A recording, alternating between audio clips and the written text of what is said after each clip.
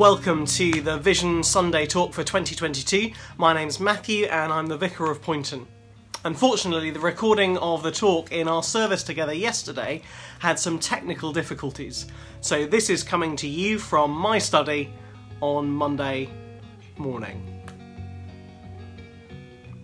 Well, I recently went to the opticians, and after various tests trying hard to read the letters as they got smaller and smaller, the optician said, "Well, at your age..." She went on to explain that it wasn't uncommon for eyesight to improve, as mine had done, before getting worse. Those who wear glasses or contacts or have had cataract surgery know the different helps we need at different points in our lives in order to help us see. We're thinking about vision today. What is it that God is calling us to be and to do in the future? How can we see? Well, we need God's help in the foundation of His Word to us in the Bible, the work of the Spirit in our conversations and imaginations, and each other. We're called to follow God and to share in that following with others as He calls at this time and in this place. We've thought before about the vision phrase, becoming a growing all-age community of faith, hope and love. This gives us an overall shape to our looking forward, and we'll think about some specific things for the coming months and years. But before we get there, we're going to think really briefly about three important points from 1 Thessalonians 5. So if you've got a Bible, you might want to turn to 1 Thessalonians 5 now. And as you look down, you'll see in verse 2, "For you know very well that the day of the Lord will come like a thief in the night." That is to say that our perspective as Christians is different to those around us. We know there is a time when Jesus will return, and we are called to be those who are ready. Then in verse 8, "But since we belong to the day, let us be sober, putting on faith and love as a breastplate, and the hope of salvation as a helmet." Whilst being ready, we live distinctively. We belong to the day. We are called to lives that follow God's way. Putting on the virtues of faith, hope and love will help us be ready and make an impact in the spiritual battle. If our lives are shaped by our identity in Christ, then everything changes. Be sober isn't an outright ban on drinking, but it's a call to be in a right and good state of mind to live well in the world.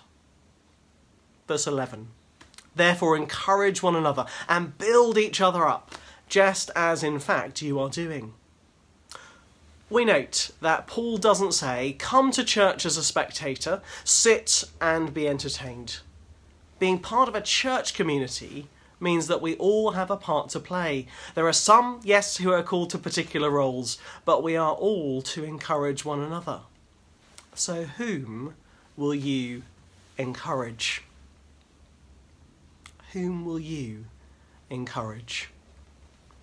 What does it mean for us to be becoming a growing all-age community of faith, hope and love? Well, let's think through those phrases. Becoming.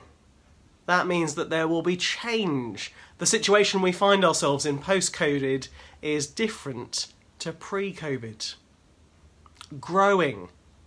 We expect to see new people join our church community, which we have seen in the last year, and expect people to come to faith and grow in faith.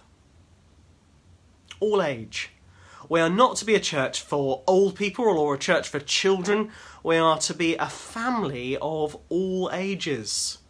There will be some things that we do together, things we do in more age-appropriate ways, but our call is to be a community of people of all ages. Which brings us to community. You may have already noticed that I've used the word we quite a lot this morning. Whilst it's important for each one of us to come to a saving knowledge of God, to have a prayerful, dynamic relationship with Jesus, being inspired by the Spirit day by day, we are called together. We are part of the worldwide church and we are members of a local church. St George's and St Martin's is not about me or about the wardens or PCC or those on our rota. It is about us. Faith. Deepening in discipleship, discovering new things about God, experiencing more of the Spirit's power in our lives day by day, confident in what we believe. Hope. Offering spaces and places for others to discover the good news of Jesus. There are thousands of people in Poynton who don't know Jesus. According to last month's Talking Jesus report across the UK, 48% of people describe themselves as Christian, 6% being practicing Christian, and 26% state no religion. Love. The call to follow God and the love that flows from him to us should overflow into love for each other, love for our community, love for the wider world, and care for our planet.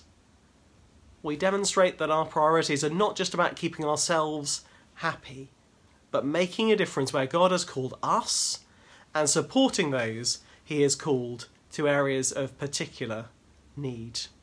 So let's think about some specifics. Firstly, faith.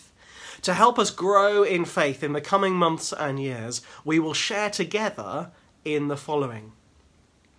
We know that the teenage years are significant in many people's faith journey. The latest National Ministry Survey revealed that of those brought up Protestant but no longer Christian, 43% stopped identifying as Christian in their teenage years. Therefore, from September, we're going to be offering one-to-one mentoring for teenagers, having someone outside their own family to look at the Bible together and to discuss their questions and their worries. Then in the new year, a Lent course focused on the understanding the story of the Bible. From the survey we did of the congregation last year and from conversation with home group leaders and others since, we know that for many there is a need to grow in understanding of how the Bible actually fits together, what are the overarching themes, and how do we read it and understand it, and how it speaks to us today. Then a Christian book club, not one where you have to join and read a book every single month, or also not one where you actually never read the book, but opportunities from the autumn term to read a book and then join with others from across the congregations to discuss it together. From the survey we did, about half of you said either yes or maybe for joining in with an opportunity like that. And the first book we'll read together is one we've read as a staff team and both Christine and I have quoted from in talks in the past year. Week by week, we have the privilege of children joining us on Sunday mornings and midweek, and we'd love to expand this work and better care for those already leading. Volunteering on a Sunday morning or a Wednesday after school is not about babysitting so parents can worship or do something else. It is about making a spiritual impact on young lives. We'd love to see more people step forward into leadership and supportive roles. Some leaders at the moment rarely are able to be in the Sunday service as they need to be leading groups. And can I make a special plea for some people to step forward so that we can relaunch the creche for our under threes who are part of our church family? Now, another thing we learnt and probably shouldn't be surprised by from the survey we did last year was that different people are helped to grow in faith in different ways. Some more by conversation, some by reading, some by being part of a home group, some by sermons. And so we'll offer different things, such as quiet days, talks on particular issues, highlighting courses, events elsewhere, with the encouragement to consider trying something that you don't automatically think will be for you. Growing, deepening in faith. And then we turn to think about hope. While Lucy was talking to Charlie Brown, "You see that hill?" "Yes, I see it," Charlie Brown said. "Someday," Lucy said, "I'm going to climb that hill and I'm going to get to the other side. And I expect to find all the answers to life on the other side. I expect to find meaning and purpose and joy and happiness on that other side of the hill." Charlie Brown scratched his head. He said, "Do you suppose there is a kid on the other side of that hill looking over to our side and saying something else. All the answers to life are on that other side of the hill. What if someday he climbs across that hill and comes across to our side looking for happiness and meaning and purpose and all the answers to life? Lucy looked at Charlie Brown and looked at the hill. Forget it, kid. The answer is not over here. You know, in Jesus we have hope. In him we have purpose and meaning and lasting happiness, knowing that we are known and loved and have a future. The Talking Jesus 2022 report found that if people wanted to find out about the Christian faith, the top 3 things they would do would be Google, go to a local church and read the Bible. And that's backed up by the National Ministry Survey, which found that the top 4 things, the top 4 factors in someone becoming a Christian in the UK were attending a normal church service, the influence and encouragement of parents and family, reading the Bible alone, and a Christian's distinctive lifestyle. So what can we do to provide opportunities for people looking for hope? Well, Love Poynton is a great moment to invite friends, family, neighbours. The afternoons of the 18th and 19th of June will combine the best of a fun village fair, games, crafts, activities, with opportunities to hear something of the good news of Jesus. The Saturday evening focused on youth, and the Sunday afternoon evangelistic service will include clear presentations of the gospel. The 2 days and the other Love Poynton projects around them will, I pray, be signposts to people to connect with local churches and discover living faith. Of the non-Christians who took part in the National Ministry Survey, 71% said they'd be happy having a conversation about faith with a member of their family, and 64% comfortable having a conversation with a friend. If you'd like to be empowered to share good news in those situations, can I recommend Festival Manchester's Friendship Evangelism Training, which is happening this week. There's a session, if you're watching this on Monday, tonight, hosted by Poynton Baptist Church, and there are some others around in the local area in the next few days. And here, we will continue to look at the appropriate times to run courses like Hope Explored, which we ran for the first time in January this year, and commit to some particular Sundays where there will be a special focus on welcoming guests and the talk being Good News Inquirer focused. We'll also look for where this time and space to consider response to Jesus can be integral to our work with children and young people. 56% of those who are active Christians today in the UK decided to follow Jesus before they were 10 years old. And I can't stress this enough, our job is to point people to Jesus. And then love. To show compassion and care for one another, to encourage one another, as we saw in 1 Thessalonians, to demonstrate God's care for those around us and for our world. We're going to launch a new pastoral visiting team focused on encouraging those who are isolated or unwell, ensuring that we keep connected as a church family. Perhaps you'd like to join that team.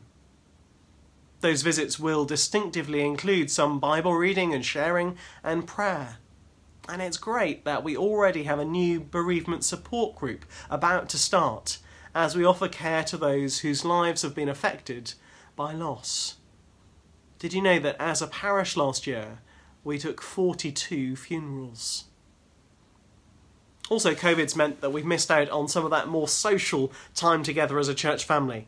So throughout this summer, there are going to be events in order for us to do that. And Kate and I, arriving in the midst of COVID, have not had the same opportunity to get to know you. So there'll be opportunities to do that, to come and chat to us over a cup of tea in the vicarage in the coming weeks. Opportunities to share in smaller groups, to get to know each other again, to share together and encourage one another. And aware of the gifts our buildings and grounds are to us, we'll be looking at our stewardship of them using some of the material from the ecology charity Aroka, evaluating our care of nature and resources. And in terms of action that will make a difference outside the four walls of the church, we're going to informally adopt Barnaby Park, getting involved in litter picking, being present to chat to those who use the park, running activities in the school holidays, and exploring Parish and other youth workers doing some detached youth work in the park. A great opportunity to connect with those who use that park and to show that the church is interested in our wider community. Could we be known as a church community that cares for our wider community? Well, there's a lot there under those three headings: faith, hope and love. But the good news is that we don't have to do it as individuals, but we can all play our part. As we begin new things, we'll need to be having people to pray, we'll need supporters, we'll need inviters, we'll need leaders. Why don't you pray this week if you might be involved? Looking to the future, we do so together, and I thank God for you and pray that we would be led together into seeing more of God's kingdom here as we become a growing, all-age community of faith, hope and love.